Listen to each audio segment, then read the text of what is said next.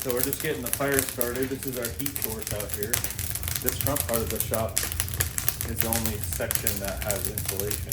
So all of Jax's projects, unfortunately, are in the back.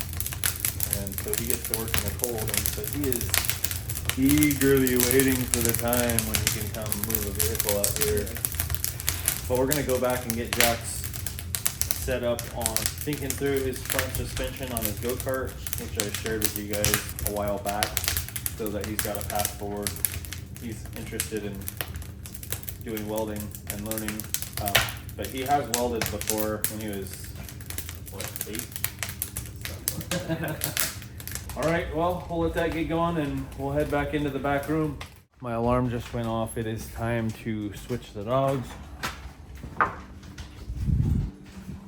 So before we really got moving on anything, we'll be back. You ready to go get in your kennel? Okay, let's go get in your kennel. Good boy. Cedar, let's go get in your kennel.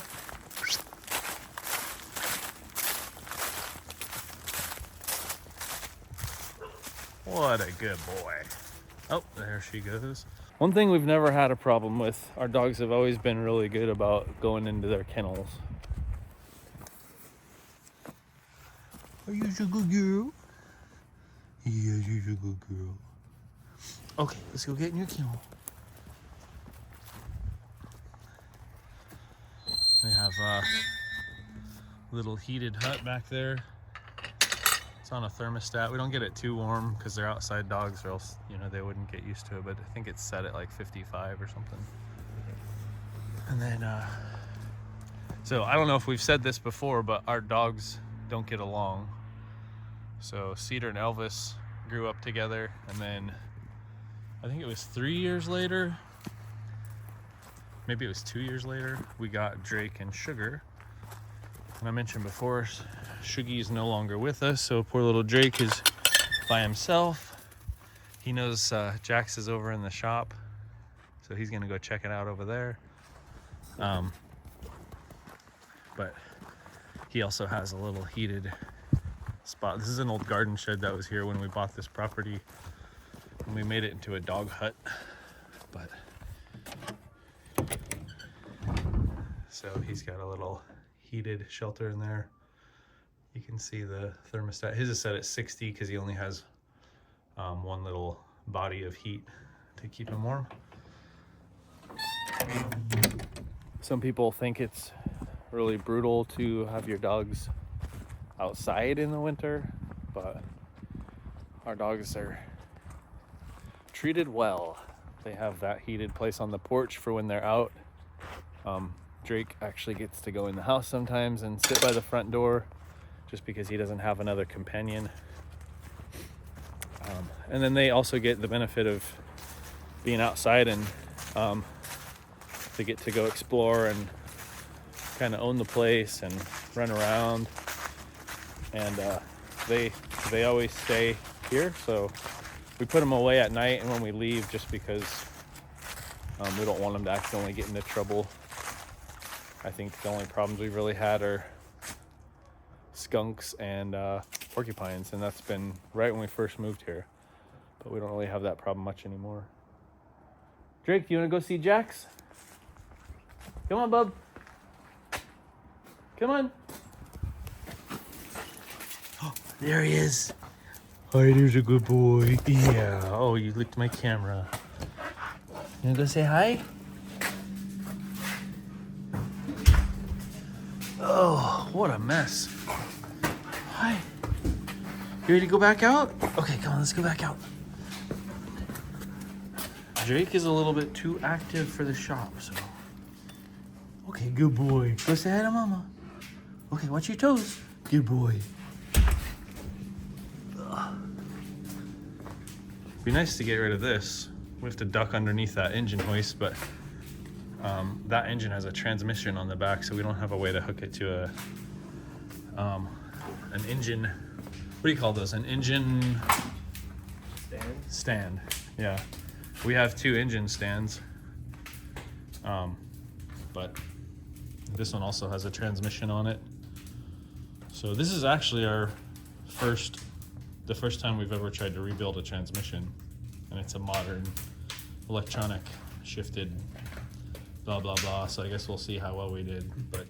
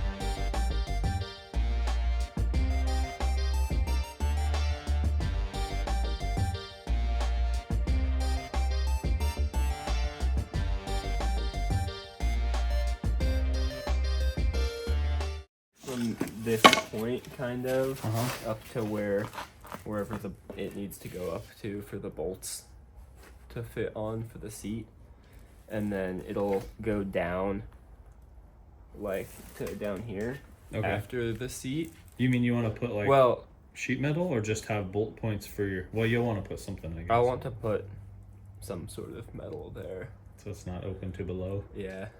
A little Flintstone action. That's my reverse gear. So this is one of my side jobs. This used to be an open porch that we enclosed. This is at our church, and those are the doors that I was telling you about in a previous episode that I did. But this is my current scenario. This concrete porch, ramp, stairs, and then this part out here was all poured with hydronic heat tubing in it.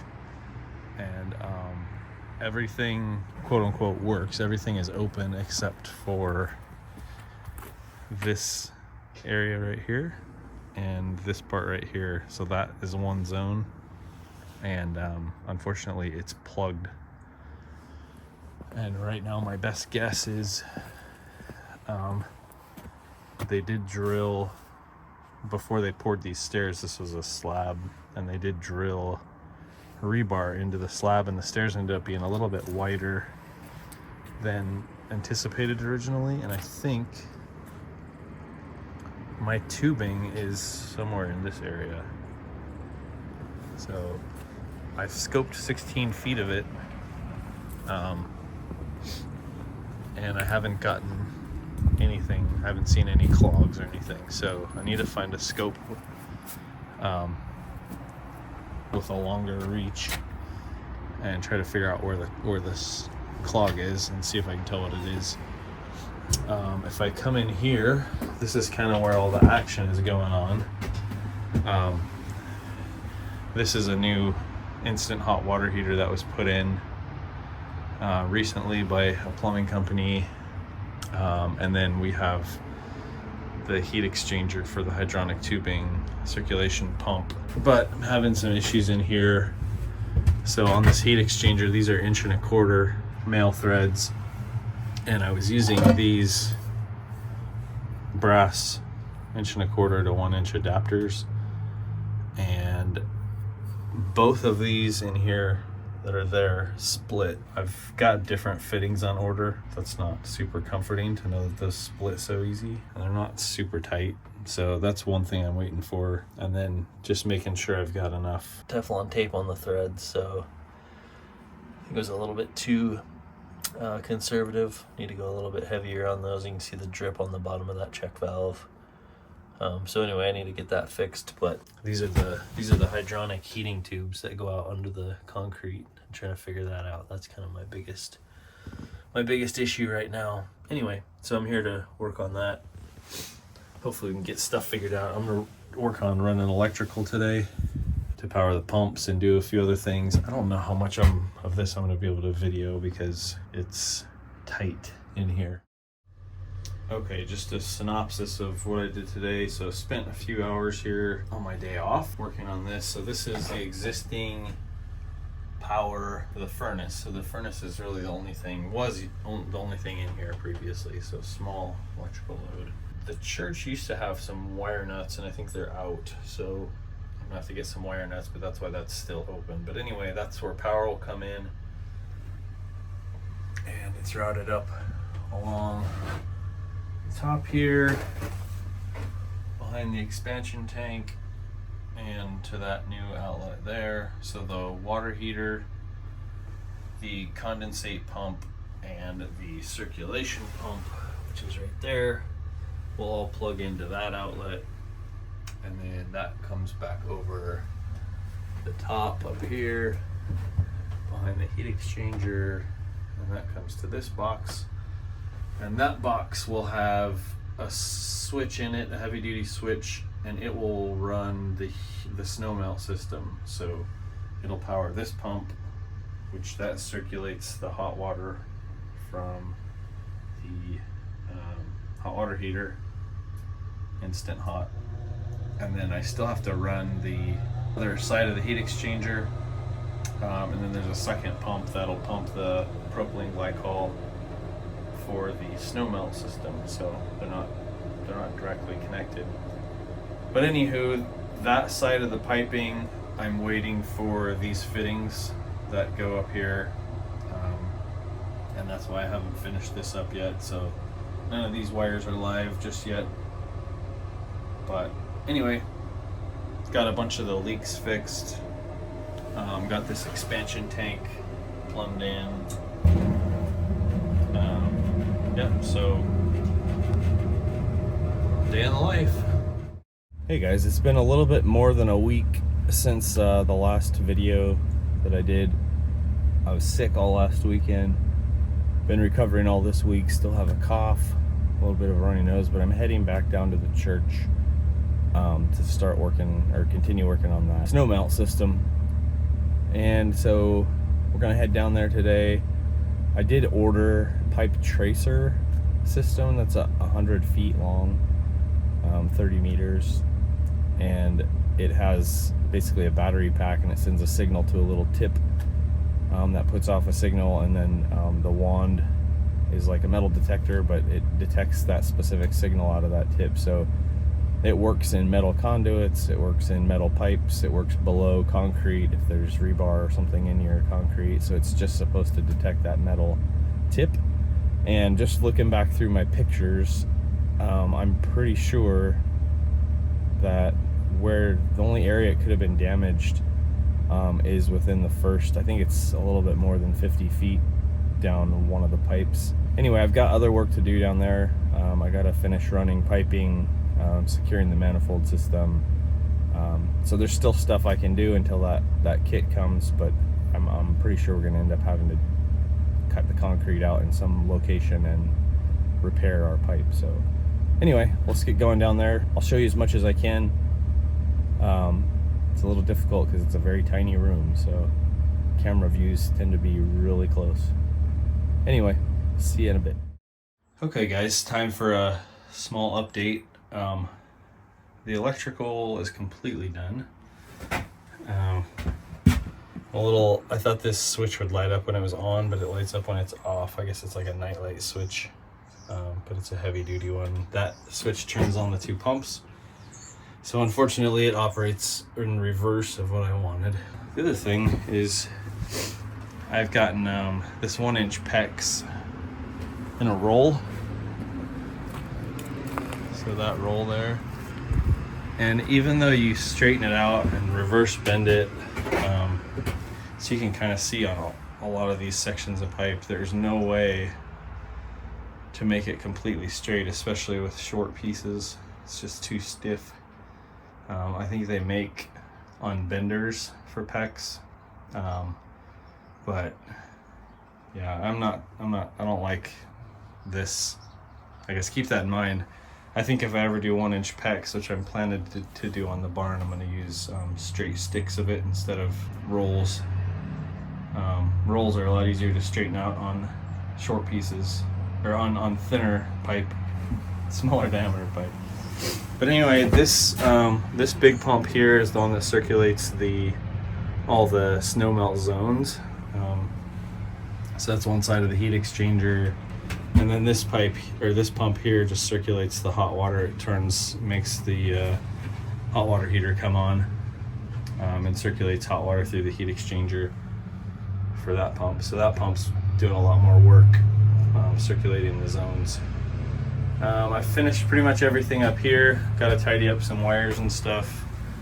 And I've got the pipes stubbed out into the basement where the manifold system is, and so now I'm heading down there to get that done. So I was here all day yesterday. I'm back here after our potluck at church today. No rest for the weary, but we're getting closer down to the basement. All right, guys, back at the church here. I got this pipe tracer, so it doesn't have a camera on it, but this little end puts out a signal. You can run it down the pipe, and then this little wand detects that signal. So it's supposed to go through concrete and steel and all that kind of good stuff. So if I turn this on here, nothing. You can adjust the sensitivity. If I turn this on,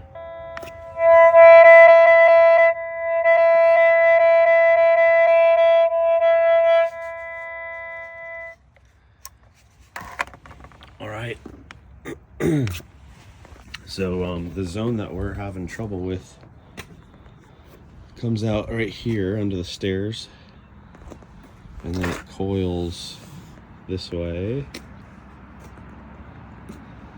It goes right in front of this ramp right here, and then it comes around and it goes underneath the stairs, comes out here again, and then it just makes a concentric loop. But we'll climb down in the crawl space and run the sensor down in there and see what we get. Okay, little bitty crawl space here. It's always fun. The good thing is that it's new, so it's not super nasty.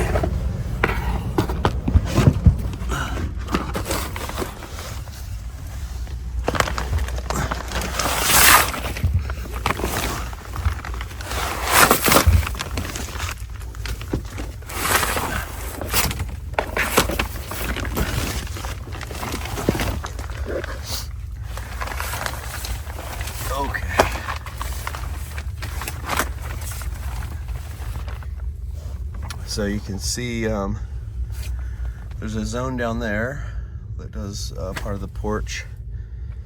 These two zones do that pad. So, you know, you've got an in and an out for the loop. These two zones do the pad under the stairs, the lower part. And then we got, that one is for the stairs themselves. And then that end goes down there to the ramp.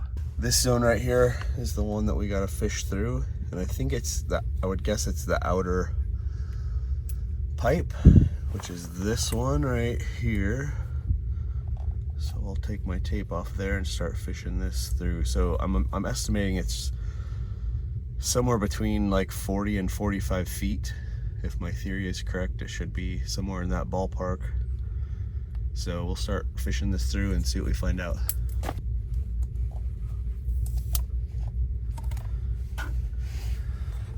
Okay, so this is gonna be a two-handed job. I'm gonna have to put this down, and I'll bring you back when I get it all fished through.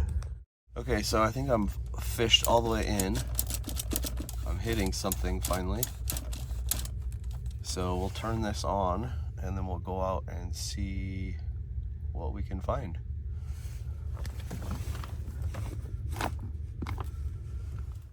Okay, we're out here, get the wand turned on.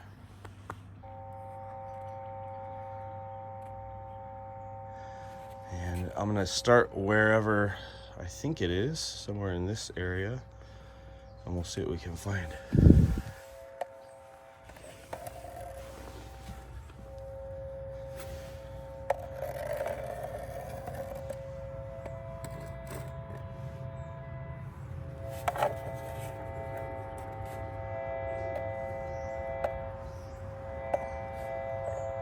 There it is.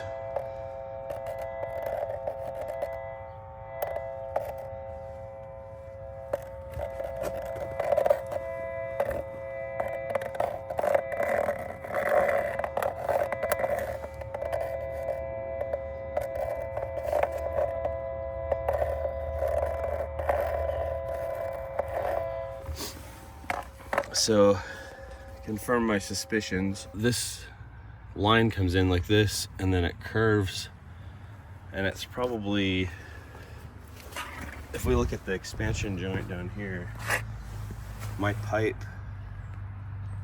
the straight part of it is like right here underneath the stairs. They drilled right in this expansion joint to embed the rebar. They drilled down in. Back there the line curves in, and I'm thinking they hit it right on the curve. So I'm gonna have to let the contractor know. We'll have to work that out with him, but we're gonna end up cutting that slab out. And unfortunately it's under the stairs. So we're gonna end up having to cut out the side of the stairs and the slab. The pipe's actually in the slab, so it's at the bottom on some insulation. So yeah, we'll have to work with him to see how the best way to do that is. Anyway, since we've located that, it is now on to continuing on with the rest of the plumbing for the snow melt system, because I can still get the other 4 zones up and running. Okay, I'm back down in here in the crawl space. I'm just gonna mark this so I can just measure it when we get out and see how close my guesstimate was.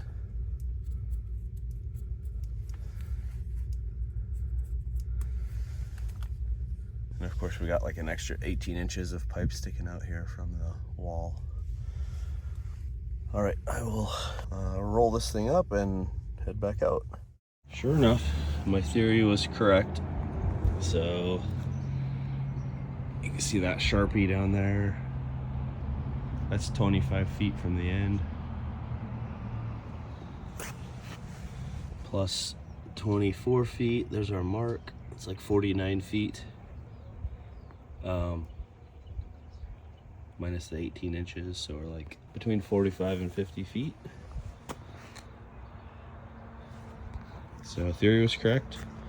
Pretty sure that's what happened. Luckily we had a really good concrete contractor, so I'm sure we'll be able to figure something out to get this all fixed up.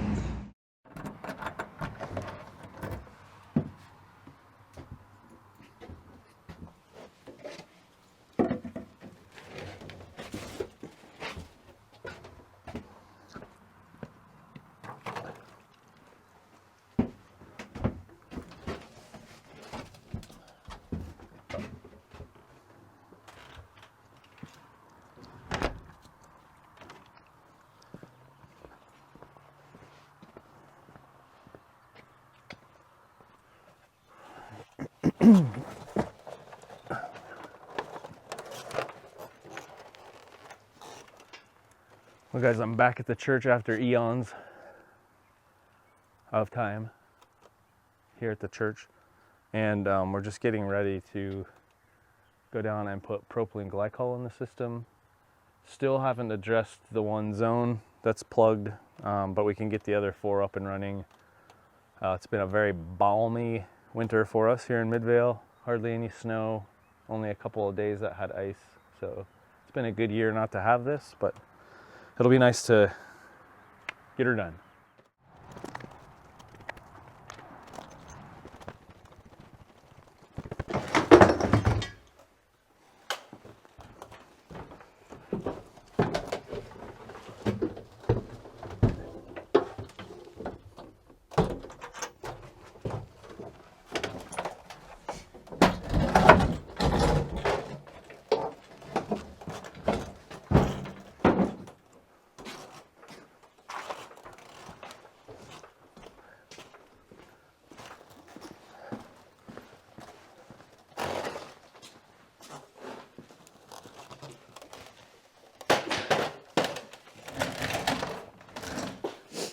no lights back here, so I will grab my extension cord and the rest of the stuff so we can get some lights back in there.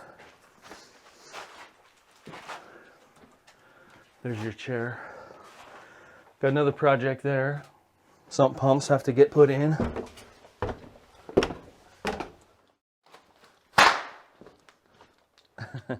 Were you recording me the whole time?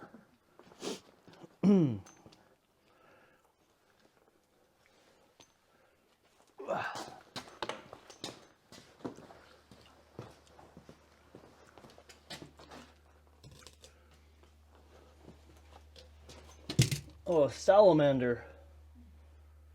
I've never seen one of those in here. Didn't know they existed. Put these in here so they don't get dirty. Maybe we should show them around a little. This basement used to be classrooms and whatnot. And I guess this church was built like in the 1925 era. And somebody came and convinced the church they need to dig out their basement or they dig out their crawl space and put in a basement. Well, we're like a block away from the river, and you can see the high water line there.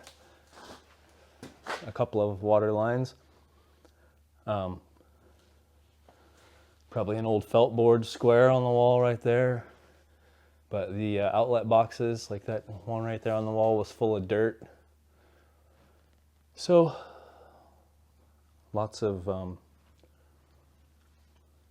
stuff. So all this ductwork and stuff that we're having to duck underneath didn't used to be in here. But we had last year about a foot of water in here.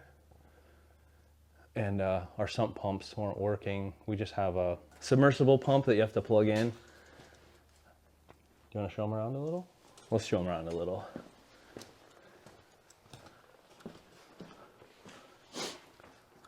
So this room in here, you gotta enjoy the spider webs. This room in here was the old coal furnace.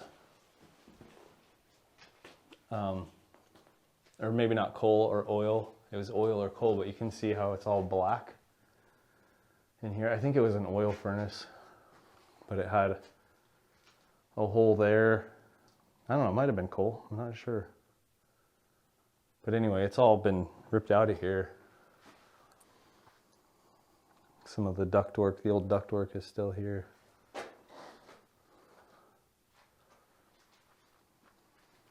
But a bunch of these wires don't work, so there's not lights in every room, but kind of interesting.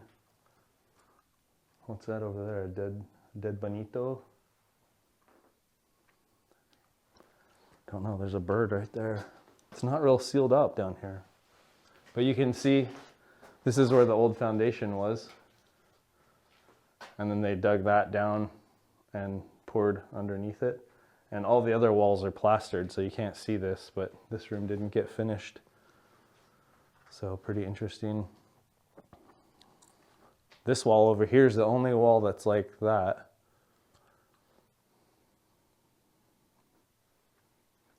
Behind you, this wall over here. You're brave to just walk around. That's the only wall that's like that with the step.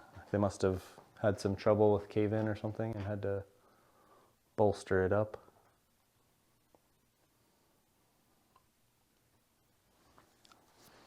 This is probably the most interesting room. Oh, that's the rest of the pecs for the, I wonder where that went. For the under slab tubing.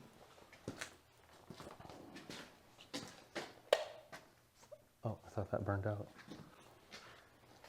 You can see some of the remnants from the flooding last year. All the dirt kind of swept into a location. We used to have boxes of stuff down here. Now it's just bubble wrap and trash.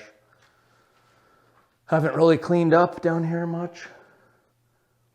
But here's one of the old classrooms. Got a crawl space into one of the additions over there.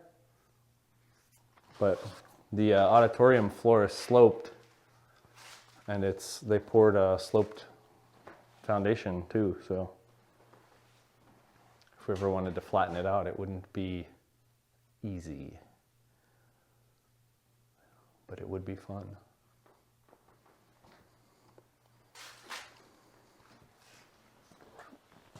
And then finally,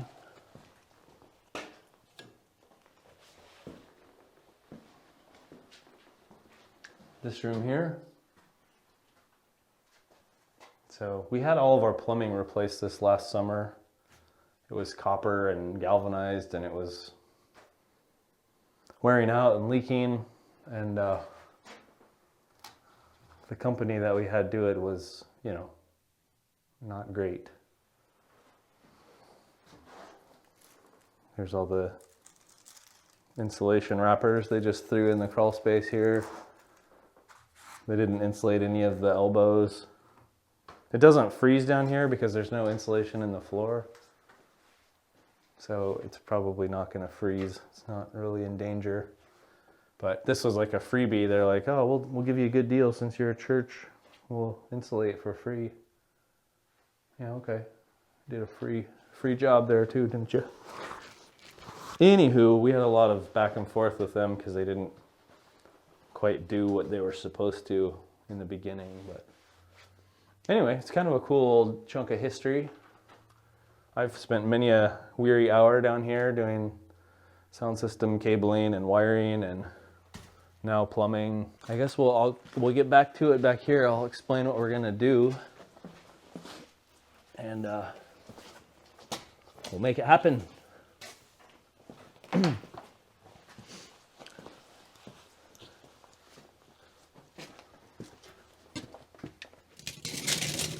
Okay, so basically this used to be a stairwell. That's the door that you've seen me go in where all the plumbing is, so that's all right up above us right here. So this used to be an old stairwell when they put this basement in. You know, you used to be able to get into the basement when they first put the basement in. This is maybe where they excavated everything out of too. But this concrete's all falling apart. Just saw a salamander down there. I don't know where it is now, but she gone. Anyway, there's a dead frog. Anyway, just not the right location for a basement, really. And all of the system comes down here to these two manifolds. We've got the supply for the hot and the return for the cold. And then this line is for an expansion tank, which is on the back here. So yeah, this has been a fun place to sit and do plumbing. So the plan is, these manifolds have a lot of fittings with gaskets on them, like union style fittings. And I'm not exactly sure how well they're gonna seal, so leaks might be a problem initially, so I have my wrenches down here. But basically on this side of the manifold we have hose connections, and so I've got a pump that runs off of 12 volts. This is why I have a car battery in here. And basically we will fill our bin. We have just like a tote bin. We'll fill that with the propylene glycol and our water mixture, which I need to go grab the instructions for, unless one of the buckets still has a readable label. We'll put our mixture in there. We'll have a hose sucking out with our little pump of the propylene glycol mixture. First, we'll fill up our main loop that has the pump upstairs, which feeds the manifolds. So that's like the 1-inch pipe. And then after that, we will open up a individual zone and let the bubbles come out. So basically the second hose goes back into the glycol mixture, and when we stop seeing bubbles, we know we've gotten the air out. The pump will just run, and then we'll go to the next zone, so on. Except for our fourth zone, which is the one that's plugged. So we won't do that just yet. But yeah, that's the plan. We'll get our bucket set up here. We'll bring you back when we've got it all set up and we're ready to truck along. So for minus 27, it's 7-3. That's a weird ratio, isn't it? That's like a 2-to-1 ratio. So if I go minus 40, that's a 4-to-1. If I do a 5-to-1, it's probably a little bit less than that. More, a little bit more than that. Well, you do it based on what temperatures you would expect to see. So we'd want to go at least minus 30, and that's a 7-to-3. We could also do a 4-to-1. It's just, I don't have a easy way to measure. I would just have to, yeah, but it's not that, I mean, I don't have to be that precise. If I do a 5-to-1, no, a 4-to-1 gets us minus 41 with a minus 76 expansion damage protection point, which we probably would never get to minus 76. I think we're going to do a 4-to-1, which will give us a minus 41 degree flow point. So it'll still flow at minus 41 degrees, and then it'll be a minus 76 degree burst expansion basically. So I'd have to get below, you know, minus 76 Fahrenheit to actually break pipes and stuff. So I think the way this works is that, unlike water, this actually gets smaller when it freezes instead of bigger until it gets to a certain point, and then it starts getting bigger, but it's a little bit different that way. Okay, that's what we'll do then, I guess. So this is our suction pipe, or this is our return pipe, so this will blow bubbles. Get that hooked up. I don't know how high up in here I'm gonna have to lift this thing. Just trying to see where this is gonna reach to from the pump to the manifold. And then this will be our suction hose. Okay.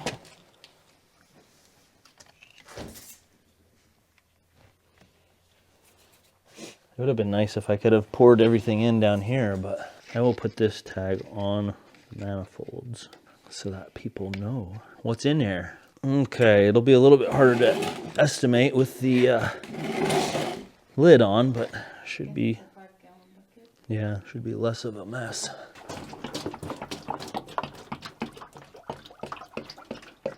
It's thick.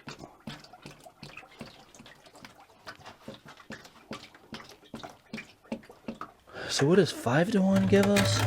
So this is distilled water.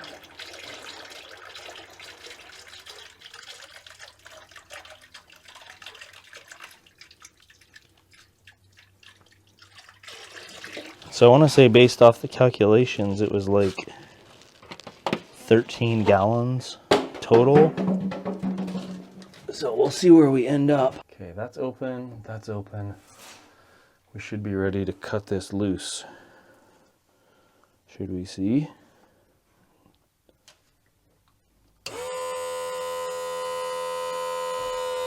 There she comes.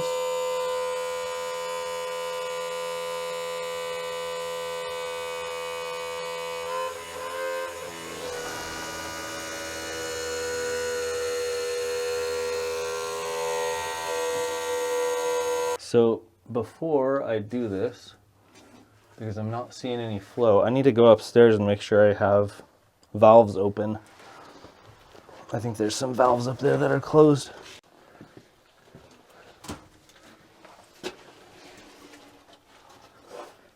So how did I know, you ask? I wasn't seeing any bubbles. Now I'm seeing bubbles.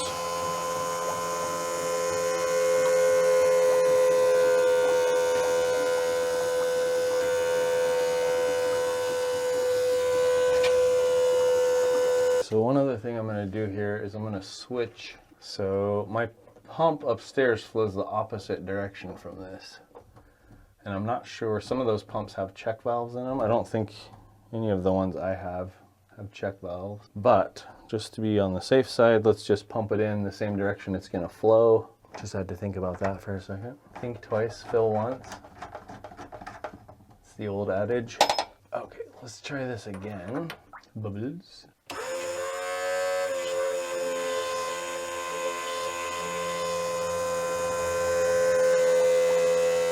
Looks pretty good. Still getting a couple bubbles.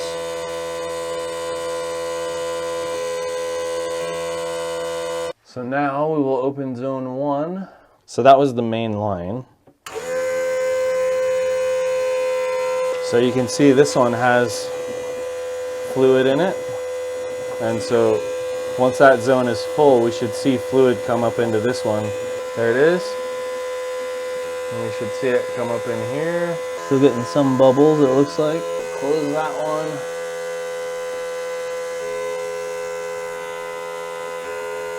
And open the next one. And we just have to watch to make sure we don't suck air.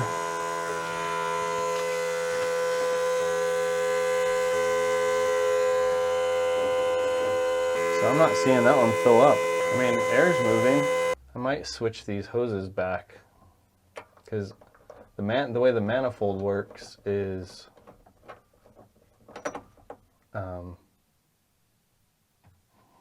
this is out through these flow meters and this is in, and since we've already filled up the pump loop, going the right direction makes sense now because these might be check valves or something, but the first one works, so I don't know. Seems a little weird.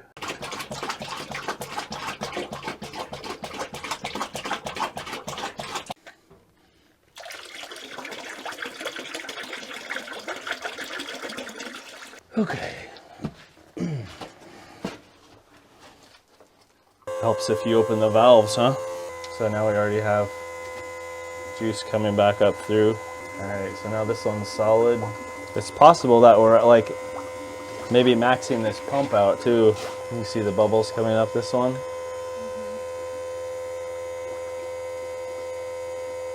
If this zone was like the lower concrete pad and this is like the porch or something, then this pump maybe was just struggling to pump that high up. It's not working very fast, but it's working. It's nice that you can see the air bubbles. You wanna flip that switch? 2 zones done, 2 more to go. So these are like little flow meters. Tells you, so this is how you balance it when you get done and you're running off the main pump. Because some zones are longer than other ones, so they'll have more restriction, and if you don't balance it then and get them all the same, then the shortest zone will just short circuit all the fluid and you won't get flow to all the zones. Okay, you can flip that back on now. Yeah, that's way better. So the next zone is the one that we skip.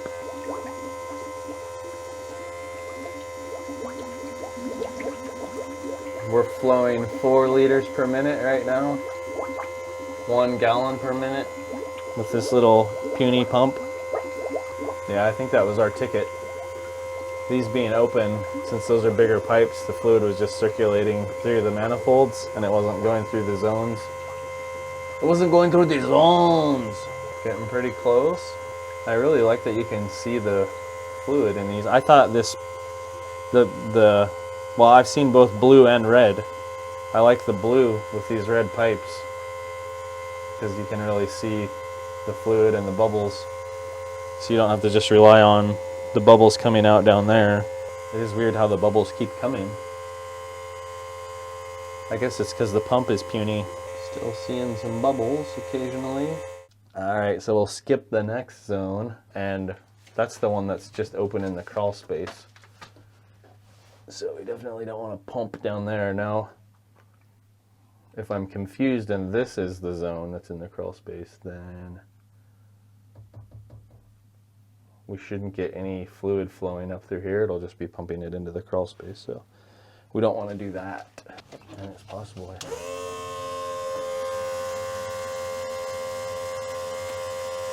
Yep, looks like we're good. Not exactly sure which zone that is. All my labels had to get cut off. I mean, the only one that really matters right now is the zone that's open to the world. I think it'll end up being enough.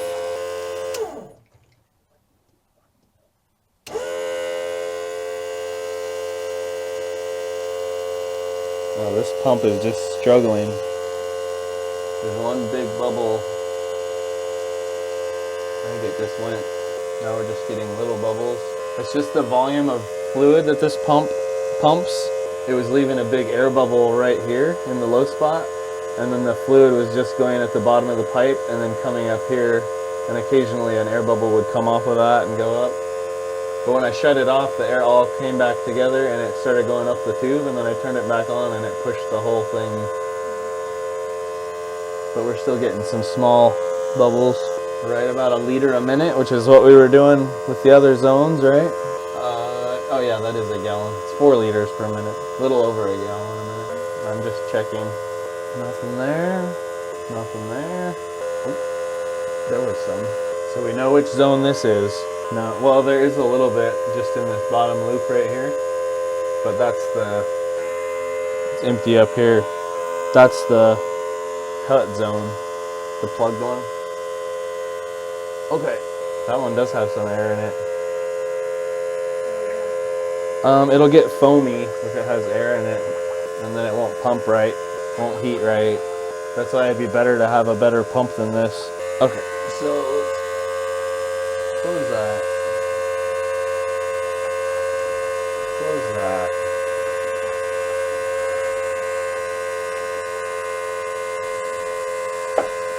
Turn off the pump. And hopefully when we open these, we don't get a whole bunch of air. There will be. Sounds like it. Then how do you get it out? Same thing. So these are all, if these are all closed, and I open this again, turn the pump on. You need more. I don't think so. Unfortunately, we can't see this air. Okay, the next thing to do is to turn on the big pump upstairs. So these get full open, and then I believe to adjust the flow, we turn these. So these are all open, these valves up here, except for our dead zone. Then I believe when we start the pump up there, we use these to adjust the flow through the zones to make them all the same, balanced. So I'll go up and turn on that pump up there. There's a vent right there. If you see leaks spraying out or something, yell. And I'll hear you right through that vent. Yeah. Okay? Okay, you ready for this?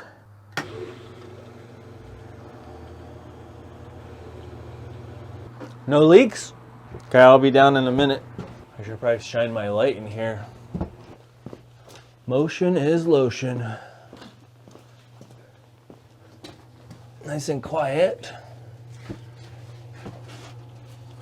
Okay, we don't have any movement in the bad zone. This is cold because these aren't open at all. Okay, so that one's like just about 3 liters per minute. There's definitely some air. Okay, so I might just have to get a more powerful pump because I can hear that pump cavitating up there. So it keeps hitting big air pockets. Like I can see huge amounts of air in these pipes, and I just saw a massive air bubble go up. You hear it? So we're gonna come back a different time. I need to get a different pump because this one isn't strong enough to push the air out of the tubes. So we will come back at you with something else, and I can hear the upstairs pump that circulates the glycol cavitating up there, and I see huge air bubbles going through the system. So that'll be something we'll have to remedy. So anywhoos, that'll be it for now. We'll try again another time. Okay guys, we're back here. Same sweatshirt, new pump. And this is an irrigation pump, so it does a lot more flow, and hopefully it'll push the air bubbles out. I need to prime this pump, so I've got a gallon of distilled water here. And I'm gonna pour it down the suction tube.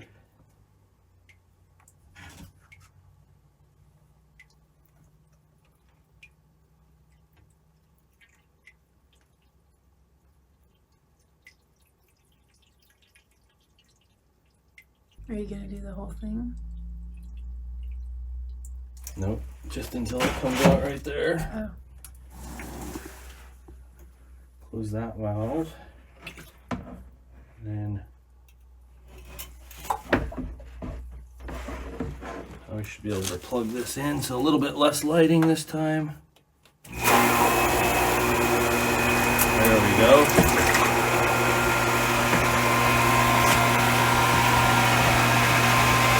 Okay, so let's close all these. Okay, so this is just the main loop. Seeing some air bubbles. I guess this pump's a little bit louder, huh? Maybe you can hear me fine on there.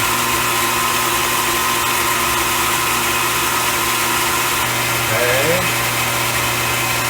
Then I'll close these valves and open this.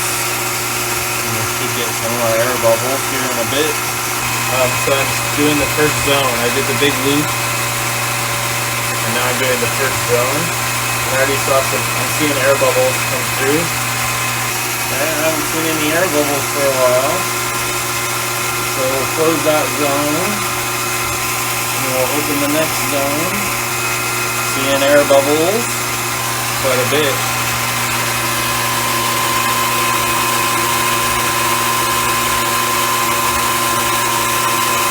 So it's also important to make sure that your suction tube is far away from where your air bubbles are coming out so you don't just suck air back in. Maybe I shouldn't yell because I have a microphone. Quite a bit of air in this one. We're just getting the tiniest little air bubbles. If there's a tiny little bit of air in here, that's fine because there's the air release valve that'll let the air out if you need to. Okay. Go ahead and close that valve. Open the next one. Lots of air going by.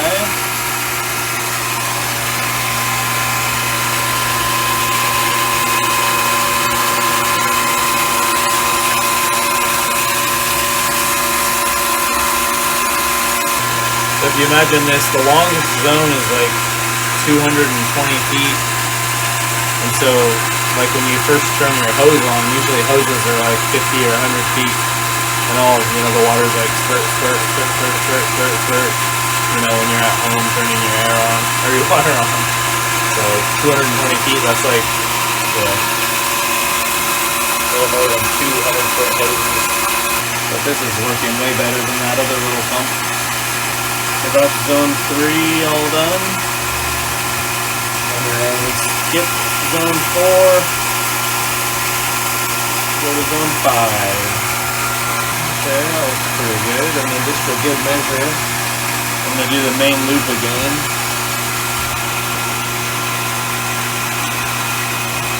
Lots more flow when we do that loop.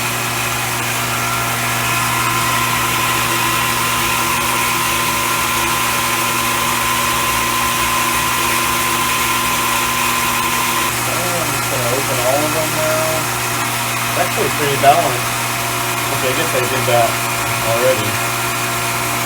But this pump might do it at a different rate than the house pump.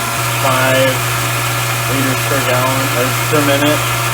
So we're like at about 4 liters per minute on all of these. I don't know if these are really very accurate. So I'm just looking like the space from the bottom line, which is 5 liters per minute, down to the top of this is smaller on this one than it is on any of the other ones. So I wonder if I should just make it so they're on the same plane. Okay, let's open these one more time. A lot more flow. And then I'm going to close the hose valves while the pump is running, which will deadhead the pump. But that way no air gets in the system. So everything's closed as far as the connection to the pump. Now I'll go upstairs and turn on the regular pump and get things circulating.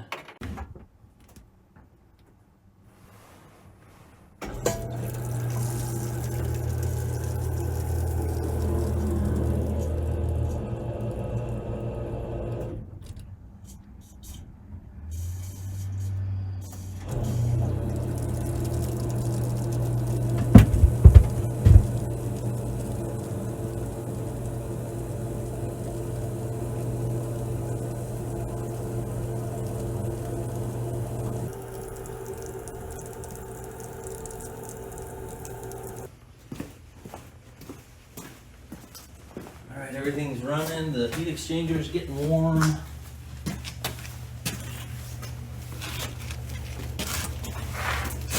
It sounds way better than last night. There's still some air in there though, I can hear it. Unless that's the expansion tank. Oh, yeah, I just saw some bubbles go through. So I could potentially open these valves and turn the pump back on. Actually, I probably don't need the pump at all. It would just add the tank into the whole circulation loop. So as bubbles came through, they would pump back into here and suck fresh fluid in instead of air. You can try it and see what happens.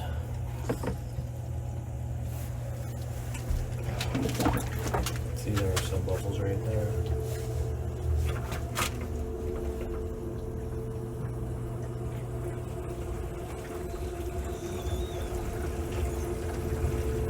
It's probably just gonna bypass.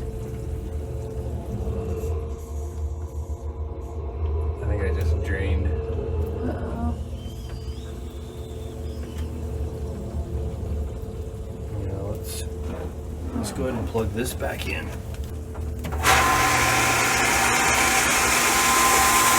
Lots of air.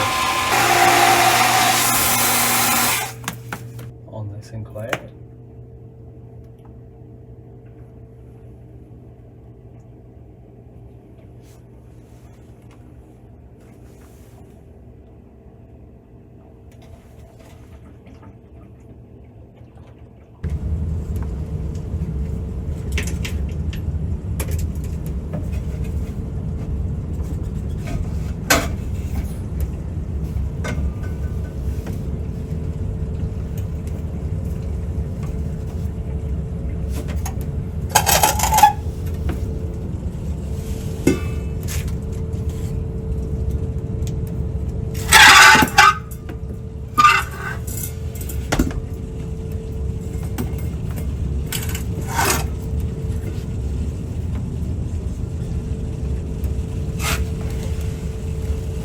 That added a whole bunch of air into the system.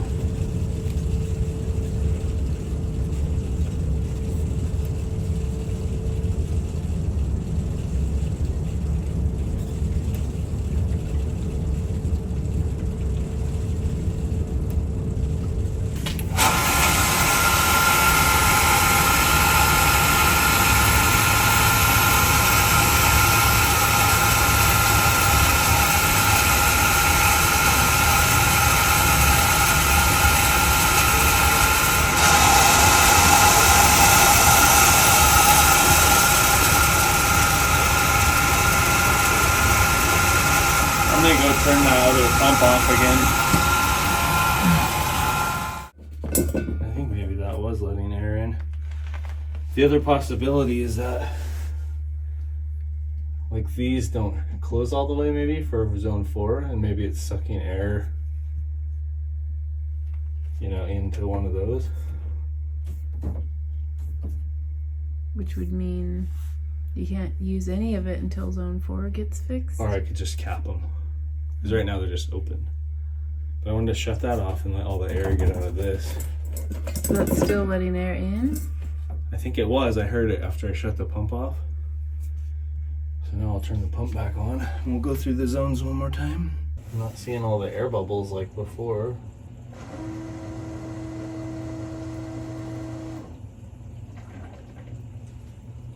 Oh, that's the condensate pump. I've never heard that before. Is it to this system? It's for the water heater. See? Because the water heater is working. So the inlet temperature is 100 degrees. And then once it comes out and goes through the concrete, it's 80 coming back in. So I'll probably have to, actually it's like 96 degrees maybe. What I've seen is people run the water heater at max temp, which is 140, and ours is set to 120 right now. So I don't know, I don't think 100 degrees would be enough. We're at like a 23 degree temperature, oh no, 18 degree temperature differential. I mean, we could turn it up to 130. Yeah, I'm happier with this. I'm not seeing like a whole bunch. I bet it was this. That tank was just kept putting air into the system. So we're up to 98, so it's gone up 2 degrees. The incoming temperature is at 84. Yeah, at some point it'll plateau and it won't change anymore because the concrete's a big heat sink. Okay, well, call it a night. Pour this back in the jug. Well, guys, I don't know if you caught all that in the video, but we had trouble with the little pump to begin with. It couldn't push fluid through the whole system. And then we changed to irrigation pump, which worked a lot better, but we kept having air get into the system and it was through that pressure tank that was down there. So we had to tip it upside down so the air would come out. And then everything worked good after that. So everything's done. Glad that project is wrapped up. Thanks for watching. Thanks for sticking with us through the video. And now I just have all of this to clean out in my truck, and glad that project's over. So then on to the next. I do still have to go back at some point and finish that last zone once I get in touch with our contractor for the concrete and figure out how to fix that last zone. But all of the heavy lifting's over, so it'll just be a matter of getting that zone fixed and then filling it the way we filled these other zones. So should be easy now that we have the learning curve under our belt. Thanks for watching. Take care.